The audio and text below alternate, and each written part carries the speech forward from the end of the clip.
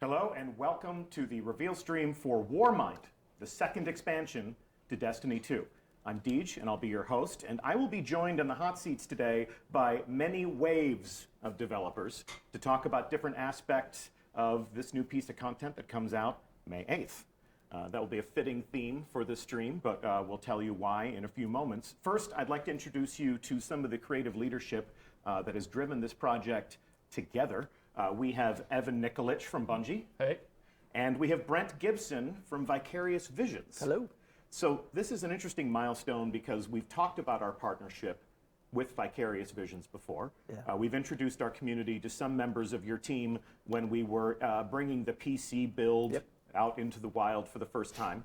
But this is the first time that we have ever sat in these chairs together as partners to talk about how we can create a new adventure from scratch together. So talk to me a little bit about what you do in your respective studios, and then we'll explore the way we've been working together. So what would you say you do here? So I'm the design director on the Bungie side for Warmind, and I've described my role primarily as like getting the two studios to work together, coordinate to build this product, and then making sure that we're staying in lockstep as we build the next Destiny experience. Mm-hmm. Common creative vision, Yep. Two studios. So when you take that common creative vision into Vicarious Visions, what role did you play? Yeah, I'm the creative director for the studio, and my job is really to work with the entire team to make sure that their creative ideas are making their way into the game and that they make sense as a complete package. Yeah. Many developers, Lots of people. many disciplines. Yep. Yeah, we're always reminding people that Destiny is a game that takes a lot of people to make. There's no one thing that we accomplish with any one person. No. There's a lot of people that worked on this one, and I imagine they're all watching because they're excited to see their hard work being seen by eager players for the first time. Yeah. Yep. So what's it like when you're working together, two studios coming together and coming up with an idea? Like, whose idea was it for us to go to these new places and to fight these enemies and to discover new heroes? How does that work? Well, we talk about this a lot, and I think the thing that I like about our partnership so much is that you really don't know where the ideas begin and end. Like, everybody's been working really hard to make sure that this is like a truly collaborative effort, and that we're all taking the best ideas regardless of where they come from to make the best game we can. Yeah, I mean, and that's what's been great about working with VV is that we just started with a single goal, like we need to make an expansion to Destiny, and working with VV, bringing in their passion for Destiny, but then also bringing the new perspectives and then a different way of like approaching how we build the game and the new experiences we're creating for this release. Yeah, there's a lot of things that you're going to see in this build that are like VV special sauce. There's some strengths that we had that we felt that would be a huge addition to Destiny as a brand, and so when you get through Warmind, you're actually going to see some of that stuff in the game. Yep. So we have the potential to surprise some players with some new things, but That's the goal. it's still the world of Destiny. Absolutely, still Oh, Destiny. absolutely. I mean, VV's brought their bend to it, but it definitely is still Destiny, and I'm definitely proud of what we built here today. What's it been like for you guys to come into this development process and to learn new tools and to join us in this crazy chaotic web that we weave? Yeah, I mean, the first thing is like it's been 2 years of building this relationship, and I described Evan as kind of our Sherpa up the mountain of like learning how to make Destiny, and we really had to come at it like super hungry to learn. And these guys have been amazing mentors. This is a big, complex game. There's a lot going on to it, and we have to, there was a lot of work that went into that 2 years to learn that. I know that we've had a lot of people from your studio visiting us. I know that we've sent people from Bungie to go and live and work among your people. So Our frequent flyer mile pool is massive. Okay, well, it was your idea to be in Albany, New York. So I want to talk about our goals for this project, and we're going to take a look at some gameplay soon, but we want to set your expectations for what we set out to achieve with Warmind. I actually encountered a tweet from Paris from Gamertag Radio yesterday, and there's a lot of people in the Destiny community who are looking at our roadmap, and they're talking about the things that we want to do to transform the player experience, to enhance the hobby that revolves around Destiny. We had a long conversation about these things with members of our community in our first community summit We're pretty happy with the way that went down, so I'm hoping there will be more of those in the future. But we are looking to do a lot of things to Destiny. Update 114 was a step in that direction. Yep. Warmind is the next delivery of content and transformative enhancements to the way we play Destiny. And Paris from Gamertag Radio said, "Think it's safe to say that we want new and exciting things to do and explore, while also giving us an earned challenge for those that enjoy activities in the end game." So this May 8th, that's what a lot of people in our community are looking forward to. New things to do, new ways to play, an injection of new challenges into the end game. You think you can satisfy that with Warmind? Yeah, I definitely think we're hitting some of those beats and satisfying what players want. I think you put it as like this is the next step of where we want to take Destiny. So we got all new destination to explore. We're putting a bunch of secrets in the destination we want you guys to find and tell stories about. New story and campaign, new adventures. We have a new endgame activity called Escalation Protocol that we'll cover more later today. We want to challenge players. We have a new raid layer. We're bringing PvP ranking in, private matches, new PvP maps, like all up. I think we have a very big package and offering here, and we hope to keep players engaged for the coming weeks. We've layered so many things into this game. I challenge players to find it all. Okay. There's so much. They accept that challenge. Yes. Careful challenging our community. So we're going to a new destination. Where exactly are we going? Yes, so we're going to back to Mars, and so it's a place that if you've played D1, like it's a place you're familiar with, but it's a different take on what we have here. We call it Hellas Basin. It takes place in the polar ice cap of Mars, and whereas we're discovering Rasputin awakening. Yeah, Rasputin. Just leaping off that, Rasputin has woken and set off a chain of events, solar system wide. So you're seeing like warsats raining down from the sky. And specifically on Mars, this is causing the ice caps to melt. Let's show while we tell. We're going to break live. We have a fire team on the surface of Mars. You may have been to Mars before, but this is an entirely new landing zone. So let's take a look at what we can see here. You said the polar ice caps of Mars are melting. Yep. And there's a view of the skybox. We can see our old friend Phobos in the distance. And we've got some space junk raining down from the skies. And then if we pivot left, we can actually see what you were talking about. So the polar ice caps are receding. Yes, and they're uncovering a time capsule left on Mars, which is Clovis Bray. It's the cradle of invention. It's the birthplace of all the technology that we know in the Destiny universe today. And it also happens to be the birthplace of Rasputin. So in the distance there, you can see that we have a huge facility, and this is Rasputin's stronghold. And it wouldn't be Destiny if we didn't have public events and crazy things happening in an ambient world. So Rasputin is on Mars. You're telling me Rasputin was born on Mars. We don't want to overspoil the story elements that we're going to learn in this game.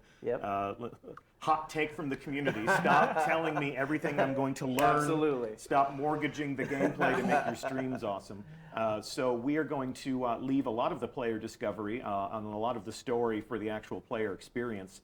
I'm sure you'll explain to us how Rasputin can be on Mars and in old Russia at the same time. Yeah. And we will satisfy all of these curiosities. I know we have plans to do that.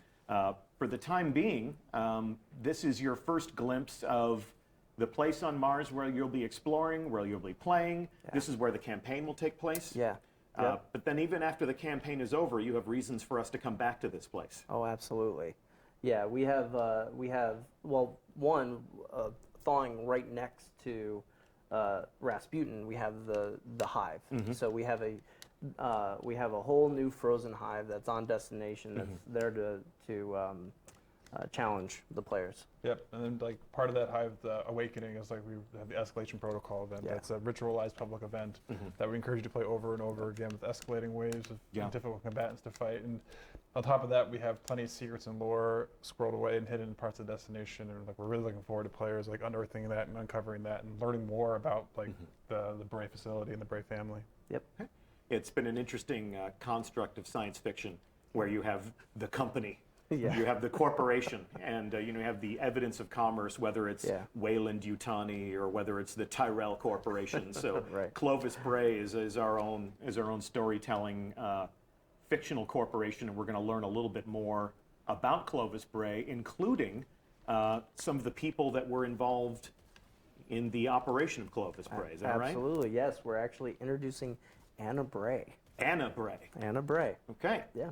And Anna Bray is a new hero that we will encounter during our adventures. Anna Bray is, she serves an important role in the storytelling as well as the player experience. Yeah, she's the cornerstone of a lot of the things that we're doing in Warmind. Okay. And so she'll be your friend along the adventure. She's going to be your vendor.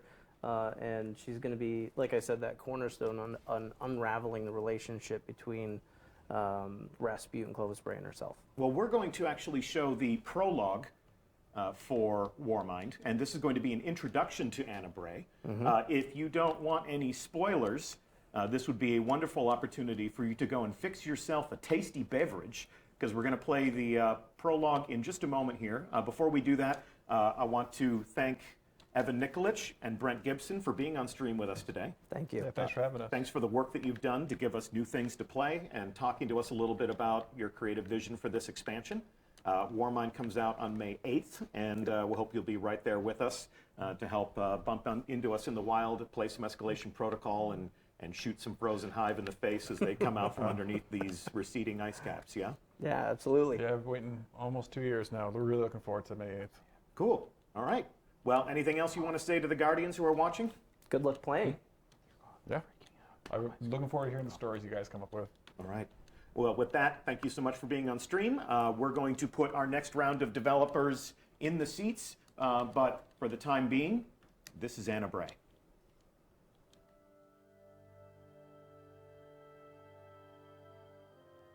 Guardians aren't supposed to investigate their past. That's the rule. But I'm not good with rules. Not when there's this much at stake. The Clovis Bray tech in that building allowed us to colonize the system during the Golden Age. They, sought to create peace for all humanity. Which is ironic, because they also built Rasputin, the single most powerful weapon in the solar system. Either way, it's all been entombed on Mars since the collapse. Along with something far more terrifying.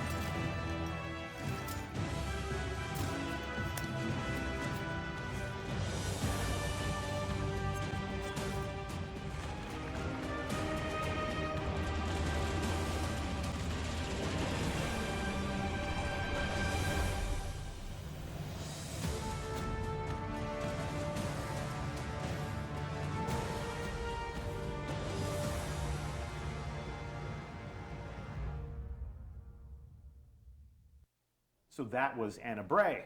And these are the next two developers, the next wave of creators that are going to introduce us to the things that you made. We have Jacob Benton. How's it going, Deej? It's good. Good to have you here. And we have Ben Womack. Good morning, Deej. Good morning. Gentlemen, we're going to take a look at Escalation Protocol, which has been described as a cyclical, ritualized endgame activity that you have put into Warmind. Yep. Before we jump into that, give me an idea as to what you do at Bungie. Yeah, I'm a designer, so I work on encounters and activities and things like Escalation Protocol. Okay. So I was the lead designer for this team that made Escalation Protocol, so I was there to help the team succeed and get all their talents up forward in the game. People can see it. So we're going to take a look at, we have a fire team all assembled to play Escalation Protocol. Before we do that, here they are in destination. Talk to me about your goals for this activity. What did you set out to create here? So the number one goal was trying to make a challenging endgame experience that people really wanted to come back to and aspire to finish. We know that the community and a lot of friends, and internally we've been wanting bigger challenges in the game. Yeah, like something we can go home and play at night and like really feel challenged by. Yeah, you've heard the community feedback that maybe Destiny 2 isn't hard enough. Yes, we've heard that. We heard This it. is your Very answer loud and to clear. that feedback. Yep. Yeah, this is one of our answers. Okay, just one of our answers to the Yeah. feedback that Destiny could be a little bit more challenging. All right, anything else that you want to say about it before we take a look at it in action? Yeah, there's a couple cool features about it. It's has a lot of the characteristics of public events that you already see in public zones in Destiny, and that if it's running, anyone else can run up to it and engage with it and play. Like, we're really trying to get people to, join up even if they're not on the same fire team to overcome the same challenges. One big difference, though, is you can start it at any time as a player. Like, you can walk up and start it. It's not like regular public events where they're on a schedule. Like, you could be running this pretty much 24/7 if you wanted to. Okay, challenge accepted. Good.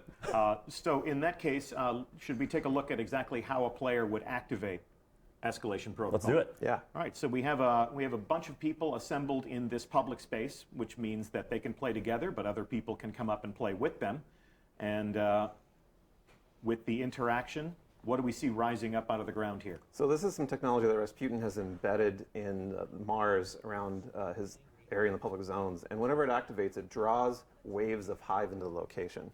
And Rasputin's doing this because he wants you to take all of them out before the device deactivates and the hive manage to escape. So he's trying to corral them in for you. And every single time one of those rises up, as you play the event more and more, it'll bring a stronger wave of hive with a stronger boss you have to fight. Yeah, like it starts out, moderately easy and then ramps up to get pretty difficult by the end of it. Yep. So let's talk about the structure of the event. Yeah, they just activated the event, and it plays out in waves. That's right. Yep. How many waves? So there's 7 total waves that you go through until you reach the end of the event. And the 7th one, it's no longer the just crashing like horde of hive. There's actually a unique boss fight that has a unique mechanic, and we're actually even one-upping that one more level because we have 5 unique bosses that are going to rotate every week. Okay. So each wave has its own boss. Right. And then the final wave has a final boss, and week over week, you have 5 of them, and we will face a different final boss week over week. Correct. And then once you've played for 5 weeks, you will have encountered all of them, and then It'll restart at the first Yeah. one you can again. face them again. And some of the bosses drop things that other bosses don't. So Unique rewards to Exactly. specific bosses? Yep. Unique Exactly. rewards to this activity too. Okay. Yeah, there are things that drop from this activity that you can't get anywhere else in the game. So we are seeing people who are fighting with some weapons that we've never seen before. And we've seen the Graviton Lance before, but some of the other Guardians in this yes, fire there it goes. team are using weapons that are specific to this activity. Talk to me about why I would want to play Escalation Protocol if I am a lover of new armor and new loot and different ways to fight. So the weapons are pretty insane. So you see right now they're using the shotgun, Ikelos shotgun. They have unique perks on them. So when he takes a melee on the enemy, and then he gets a damage bonus on his shotgun for a few seconds. It feels a lot to me like Fourth Horseman in some ways, which was one of my favorite weapons from D1. But it's kind of cooler because you melee to trigger it and then just unload on the guy. Yeah, and so that's only the first weapon. We actually have 2 other legendary weapons that are unique. We have a sniper rifle, which has a perk called box breathing, where if you aim down sights long enough before firing a shot, it'll then get a big damage boost to your critical hits. Okay. It's such a big damage boost, you're like, whoa, like I can't believe I did that much damage with 1 bullet. And then it has triple tap on the gun besides that, so you can get some really good like high damage moments if you can make all those shots. That's one of the things that we've needed to add to Destiny 2 is specific activities that give us specific rewards, that have specific perks that help us excel in those activities. Yeah, that's Right. another part of community feedback that we've been hearing loud and clear. We really want to deliver it with Escalation Protocol. And the armor set is super cool looking as well. It's very like Rasputin sort of themed. And when you have the full set in completion, it just looks pretty rad.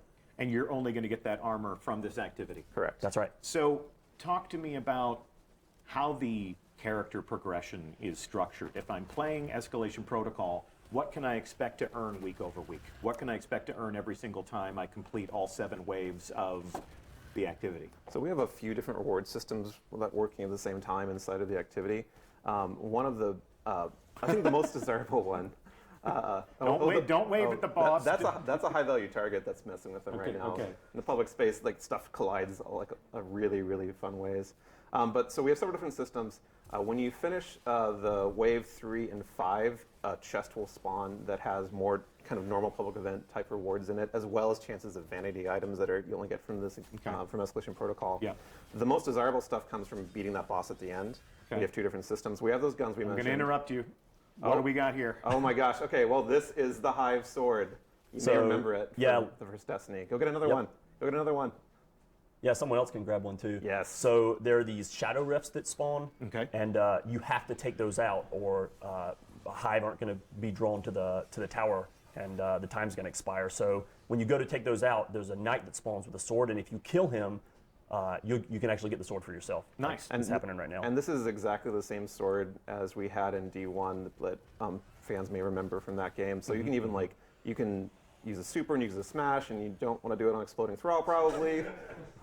But you can also sword glide with the melee through the air. It's exactly the same. Yeah. I think it's a lot of fun, and it breaks up the encounters really well. It's also actually really important because some of these waves are going to just take a massive majors or other high difficulty targets, and they're going to just throw them at you all at once. So instead of maybe using your super or some heavy ammo, you can grab a sword and delicately try to carve your way through them. This isn't just about shooting Hive and shooting wave after wave after wave of Hive. You're seeing some interesting mechanics here. You're seeing some things that they'll have to work together to accomplish. You see, like you were saying, sort of the shadow rifts. You're seeing some of the crystals that are suspended up in the air. So, while we can leave some of that problem solving and some of that understanding to the people while they play, what would you tell them about some of the different complexity that you've added to the activity? One of the things we've found is that things like melting point or even tether, as they're using now, are going to become pretty critical, especially as you move into later waves. So when we've been playing it, we regularly will stop before the playtest and coordinate, okay, what are you bringing? Like if I'm bringing Celestial Nighthawk, can you bring Orpheus Rig? And that stuff that hasn't really been needed ever in public spaces before is needed now to complete this. Yeah, when you aren't running someone with a melting point, or you aren't running Tractor Cannon with the new exotic update, has this amazing damage buff that it can give to targets, you're going to notice the difference. Cool. We're seeing some new items enter their inventory. Yeah. One of the items, he may have just gotten one of the armory codes. So you can get armory codes during the event and for doing other things on Mars and around the game. And you can spend those armory tokens to get a special weapon during the event that you're probably going to need at some point in order to progress forward. Yeah, we call it the Valkyrie, and it's basically like a incredible, I don't even know how to describe it accurately, but it's like a magical spear rocket launcher that destroys absolutely everything. Yeah. And those armory codes are going to be really important for when you're on the crux moment or time's kind of running out and you need to get that extra oomph to get through a wave. And you're going to want to use it at the right time, and it's going to make the difference. Should we debut that weapon on stream, or should we save it for the players to discover when they play for themselves? Well, grab it. Yeah, grab it. It's All almost right. too good not to use. Here we go, and we're up. This is the Valkyrie. You can see the Rasputin style tech on board.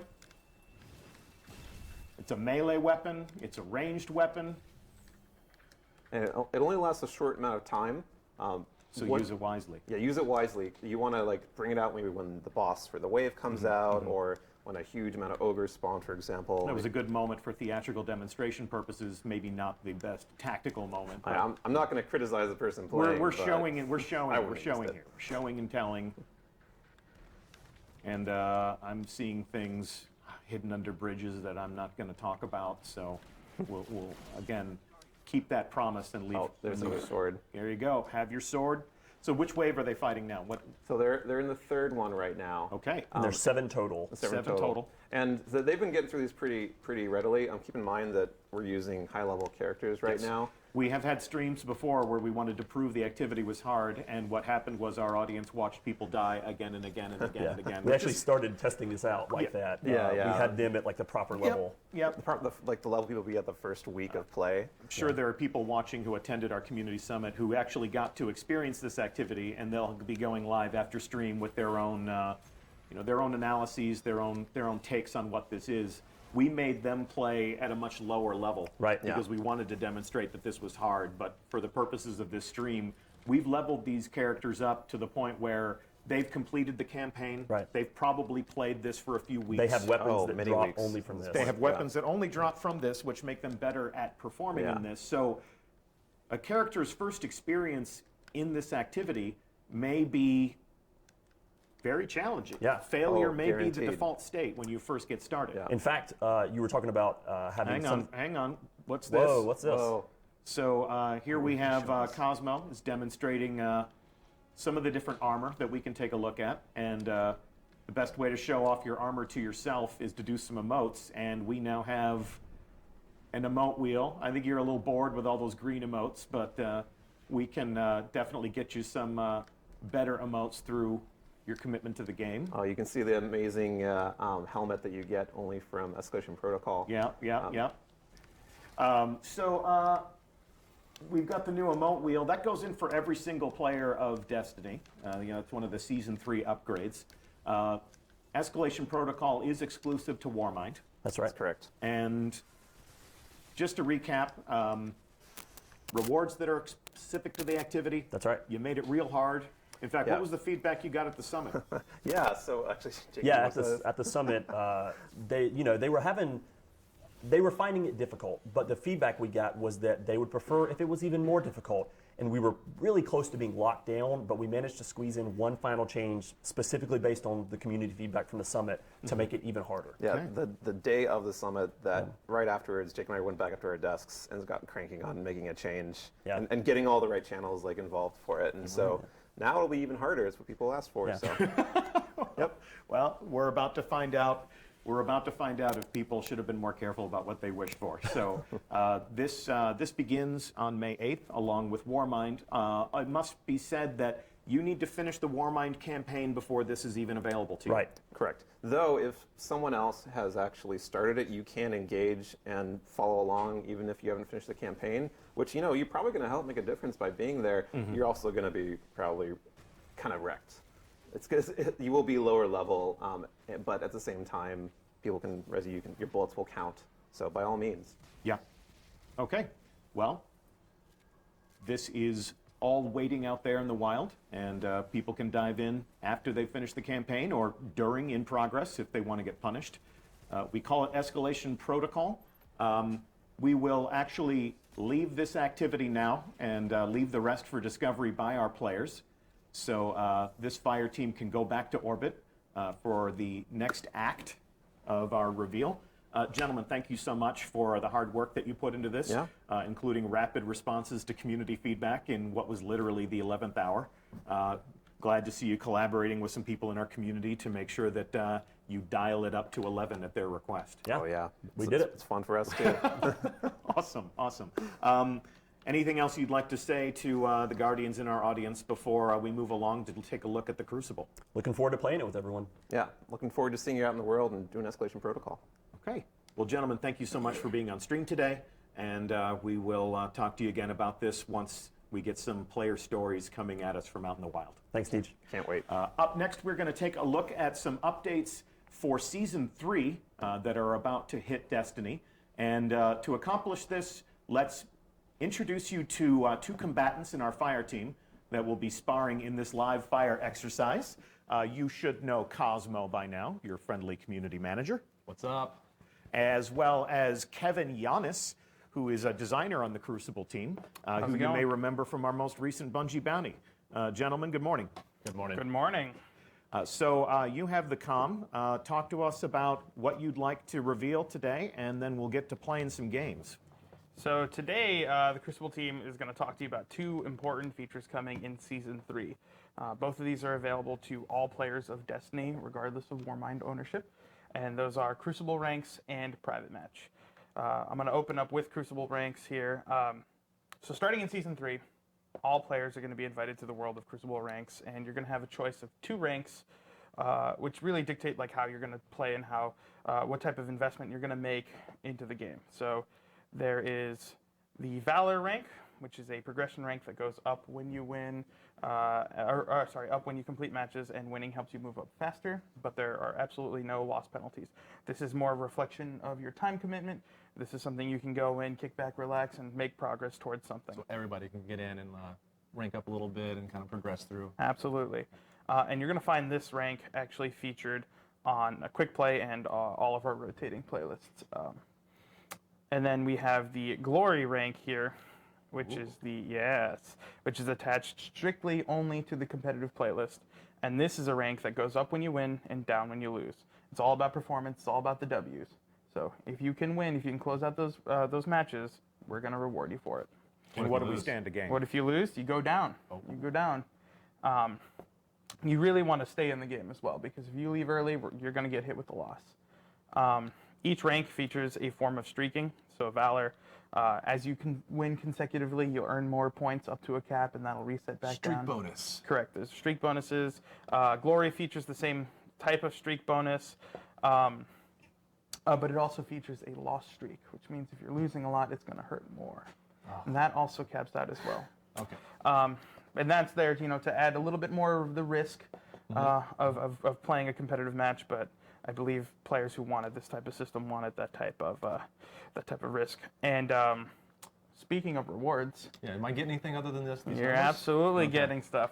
So starting in season 3, we're actually changing up the way Crucible rewards work entirely. When you go to Shaxx, as you will be required to when you first log in on season 3, you'll be presented not only with a welcome package that contains 2 amazing emblems, but you'll also be presented with the entire slew of rewards and exactly how to get them. Oh, cool. Some of them are attached to reaching ranks. Some of them require reaching a rank and then completing a challenge. Something like pulse rifle kills or hand cannon headshots, sniper headshots, redeeming engrams, or resetting your Valor rank.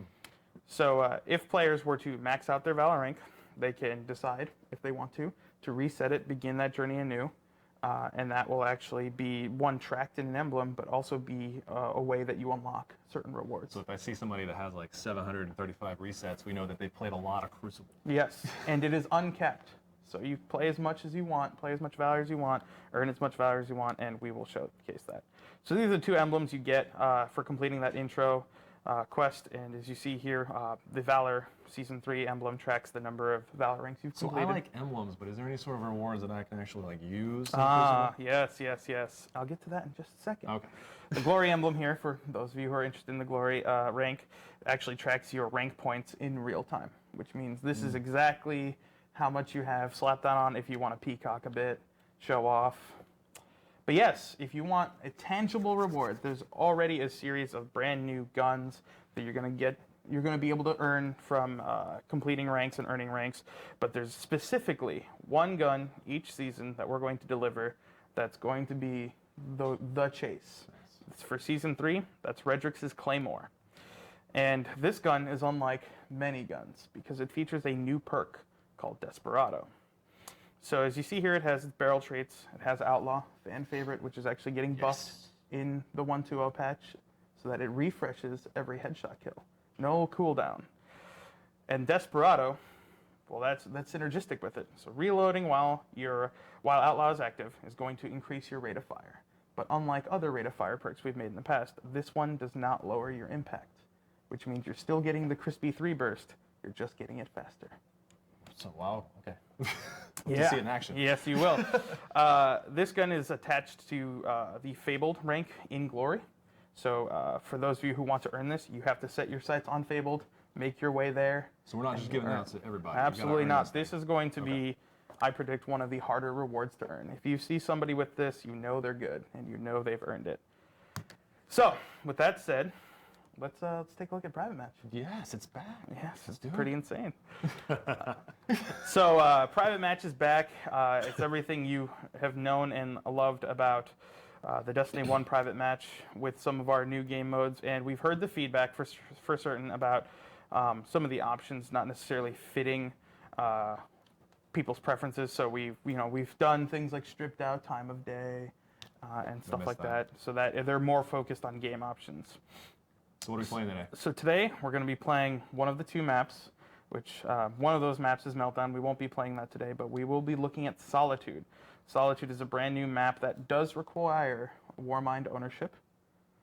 As with any DLC map in private match, you need to have ownership to But actually if I'm playing in the playlist, I'm good to go. Good to go. And that is actually a survival map. It's one we built for survival. It plays very well in survival. We're very excited. And we're going to play a little bit accelerated today. We're going to put rounds to win at 2. Okay. Team lives. 6, which is the playlist version. We sped it up a little bit just to get it a little more snappy, but today we're going to be playing 6. So we're going to play Solitude Survival, and we're going to show off some new sandbox stuff. Let's do it. Boom. Cool, thanks guys. So just to recap, Season 3 delivers private matches and seasonal Crucible rankings to every player of Destiny 2. We're also delivering the new Crucible maps that we're releasing with Warmind. You'll be able to enjoy those in matchmaking. If you want to use them in private matches, you do need to own the expansion.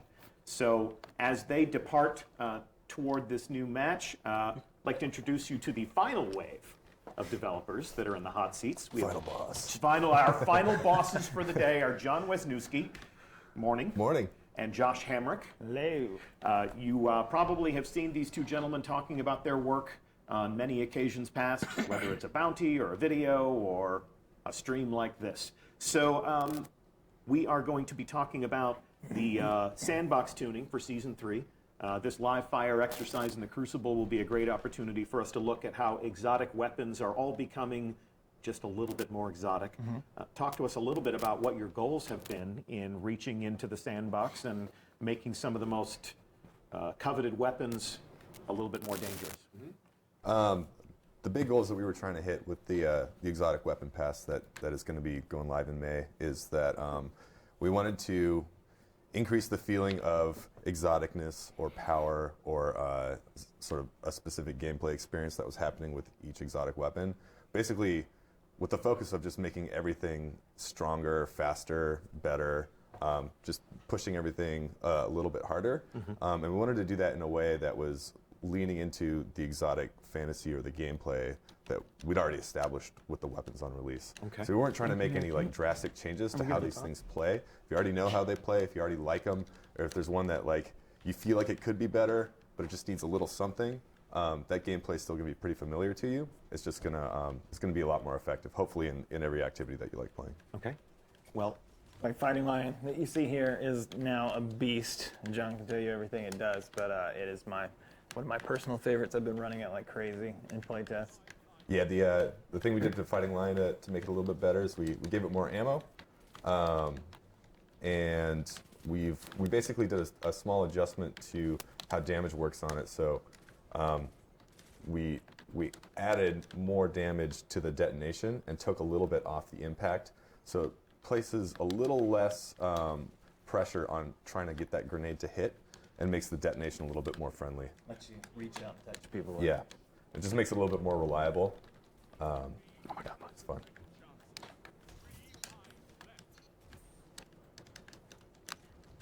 So that was some hot potato action from me just now. this design pass, did it include all of the exotic weapons, or did you pick some very specific targets that you wanted to focus on? Almost all of them. There's only a handful that didn't get touched, and because we felt those ones were already playing pretty well, or already getting relatively positive feedback from the community. And because we did have a limited amount of time, we wanted to make sure we were hitting all the stuff that really needed a good pass. Yeah. So if Fighting Lion is one that you're really enjoying, Josh, John, what are you looking forward to getting your hands on when the 1.2.0 update kicks off Season 3? I'm really excited about the Graviton Lance. I know we talked about it a whole bunch, but I think that one just came together really nicely. I think it's going to be a really good weapon for all activities.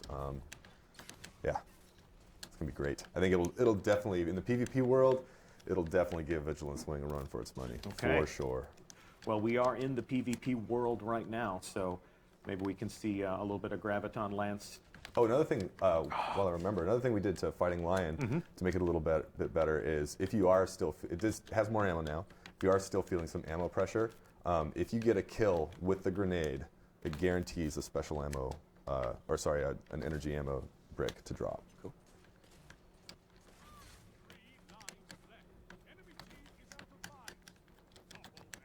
Do we have any good snipers we could watch? Dang. You're welcome to go take a seat, Captain. All right, fine. Oh, well, that wasn't it.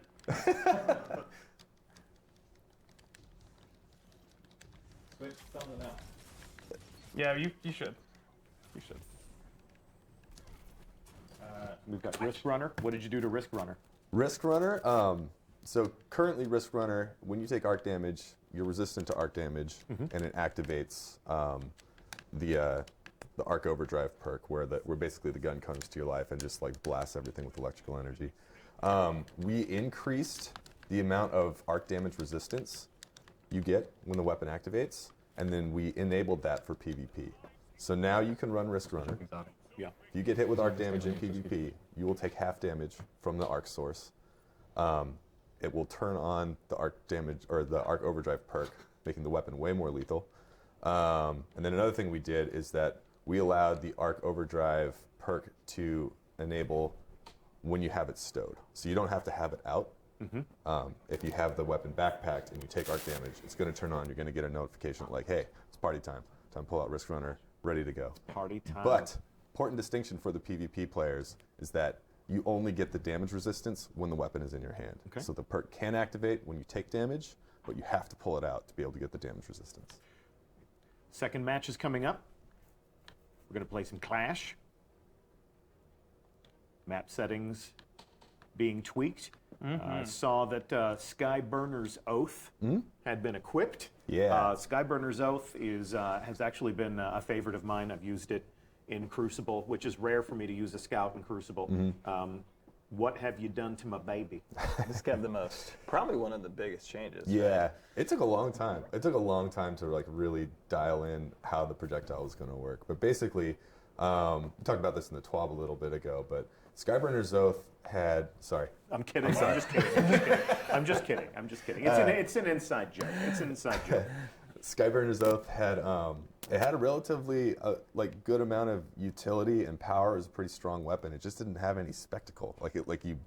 When you used it, it just sort of felt like one of the other legendary guns. Even though it was pretty strong, it's pretty effective for most activities. Yeah. And so we just kind of wanted to give it some sparkle, some pizzazz. And so what we did is we sort of like looked at the duality nature of the weapon, where it fires fast from hip and then fires slow when you ADS.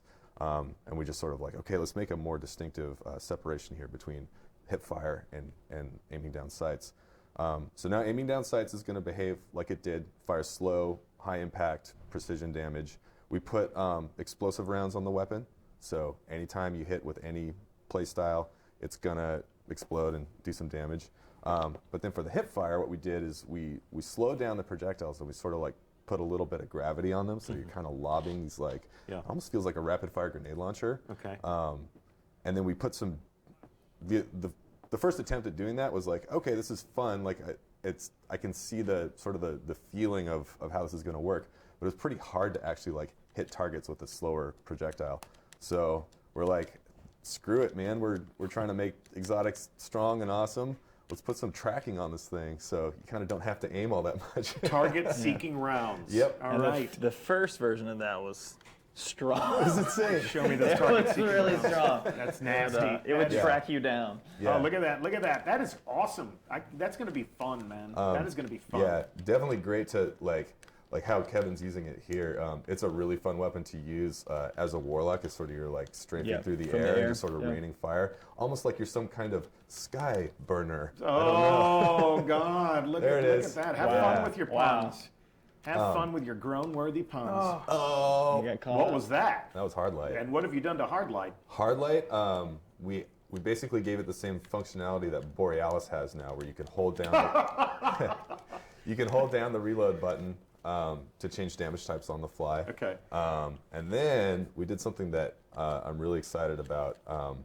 So one of the things that people know and love about Hardlight, of course, as you can see there, is that it bounces willy-nilly all over the place. Indeed. The utility of that is not super strong. There's a lot of spectacle there. It feels like a laser light show, but trying to actually pull something off with that has been difficult. So what we did is, with Hardlight now, every time a bullet ricochets, it gets double damage. So if you're bouncing stuff around the corner, you're going to be doing twice as much damage. A little bit harder to hit, but when you do get the hits, it's going to pay off. Blind firing, high risk reward. And I am really excited to see what kind of montage material we can get from people doing trick shots, bounce shots, like shooting at the ground in front of somebody to have it bounce up and hit them and then melt them instantly. Right. Well, as much as I'm loving the Skyburner's Oath exhibition here, I'm wondering if we can get, as much as you've talked about Graviton Lance, I'm wondering if we can get a Graviton Lance equipped on that character. Thank you so much. This is going to be disgusting. Okay. Kevin's going to destroy these guys. Why will this be disgusting? It's just good. Like we use the power of math to make sure the time to kill on Graviton is pretty competitive. So, yeah, time to kill has been a frequent topic of conversation in our community. How does Graviton Lance specifically answer that question? You said the power of math. You're just making this weapon more lethal, more power. Well, look at that. So basically, so one of the things we did to Graviton is we made it a 2-round burst instead of a 3-round burst. So the first bullet's a little bit weaker. The second bullet is much stronger with a little bit harder kick. But that's one bullet less that you have to fire, so it's already got a competitive advantage against other pulse rifles. And as we were making these changes for May, changes were also happening in tandem for the Go Fast update, which we released a little bit ago. And as most people know, pulse rifles got a significant buff. And when those changes sort of like rolled our way together, and we play tested, we were like, holy crap, this thing's amazing. And then it was sort of one of those moments where like, do we change it? Do we keep it? What do we do? We're like, screw it. Plays great. People love it. We're just going to keep it. So yeah, pulse rifle buff made this thing pretty awesome. And yeah, we're just gonna let it roll, see how it goes. For the first 3 years of Destiny, we presided over a lot of conversations about certain weapons being OP. Certain weapons had reigns of terror throughout the course of different sandbox updates. With Destiny 2, a lot of the feedback has been nothing's OP. Yeah.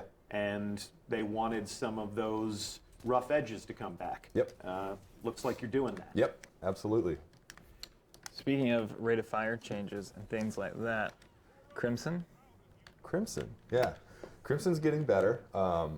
Crimson is not necessarily going to have a flashy update like Skyburner. If you know how to use Crimson, it's going to be play the same. It's going to be very consistent. Oh no. What we did to make Crimson a more competitive option for PvP. Oh, and just for the whole game, the first thing we did was watch the taunts.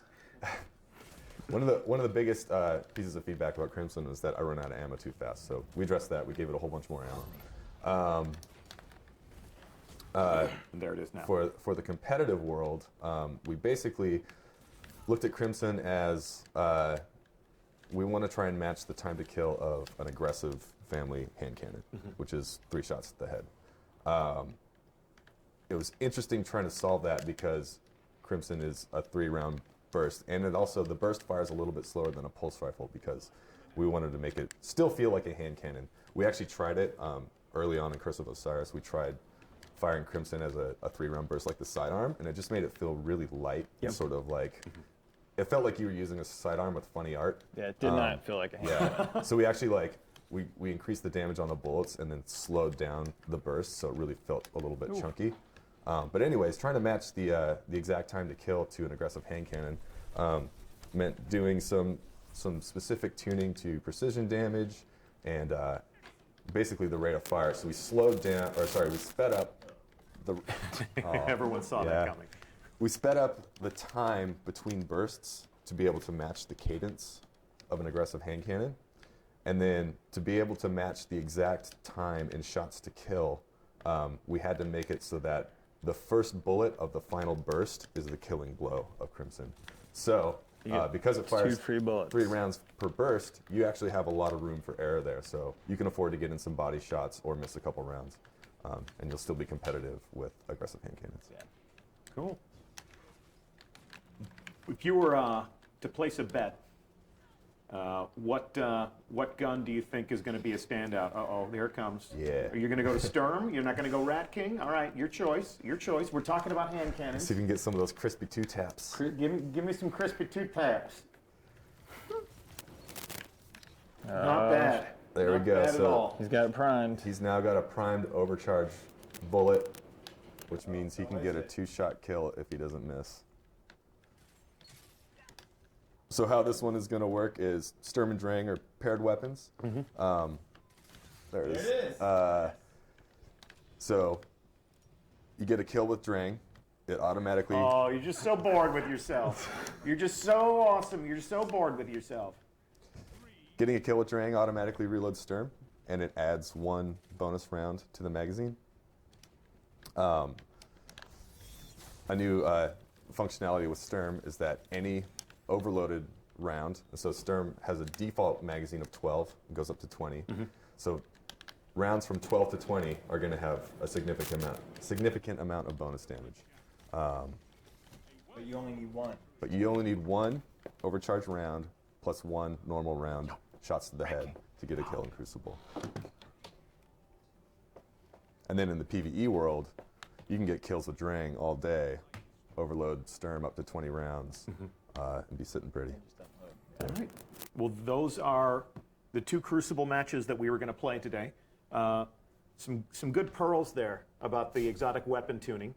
We don't need to reveal every single detail on stream. No. Might as well, we do love watching our exotic weapon reviews from our community, and that will be a good opportunity for us to understand if we've gotten closer to the sweet spot.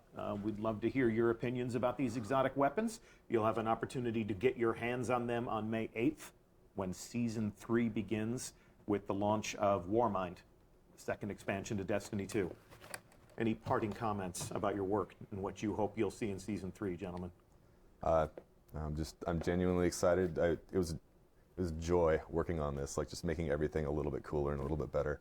I can't wait for people to get their hands on it, and if it's not good enough, let us know. Do another pass.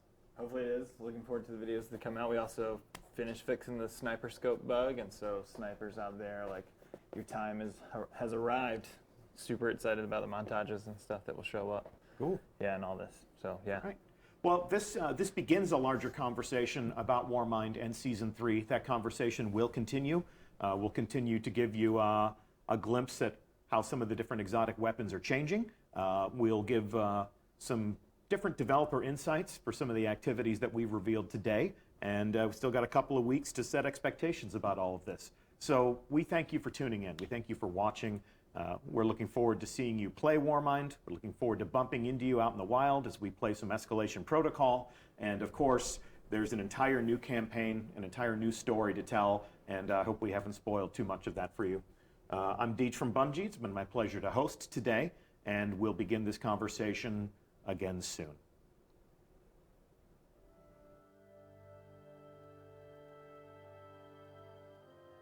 Guardians aren't supposed to investigate their past. That's the rule. But I'm not good with rules. Not when there's this much at stake. The Clovis Bray tech in that building allowed us to colonize the system during the Golden Age. They sought to create peace for all humanity. Which is ironic, because they also built Rasputin, the single most powerful weapon in the solar system. Either way, it's all been entombed on Mars since the collapse. Along with something far more terrifying.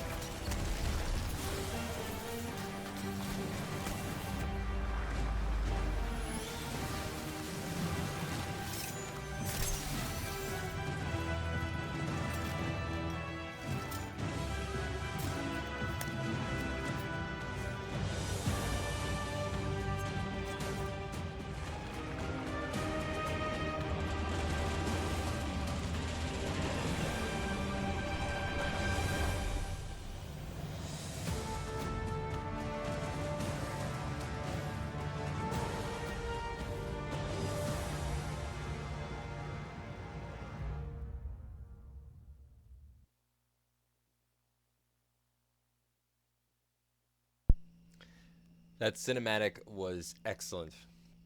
Well, if you're here, thank you guys for joining me for the Bungie Warmind DLC reveal stream.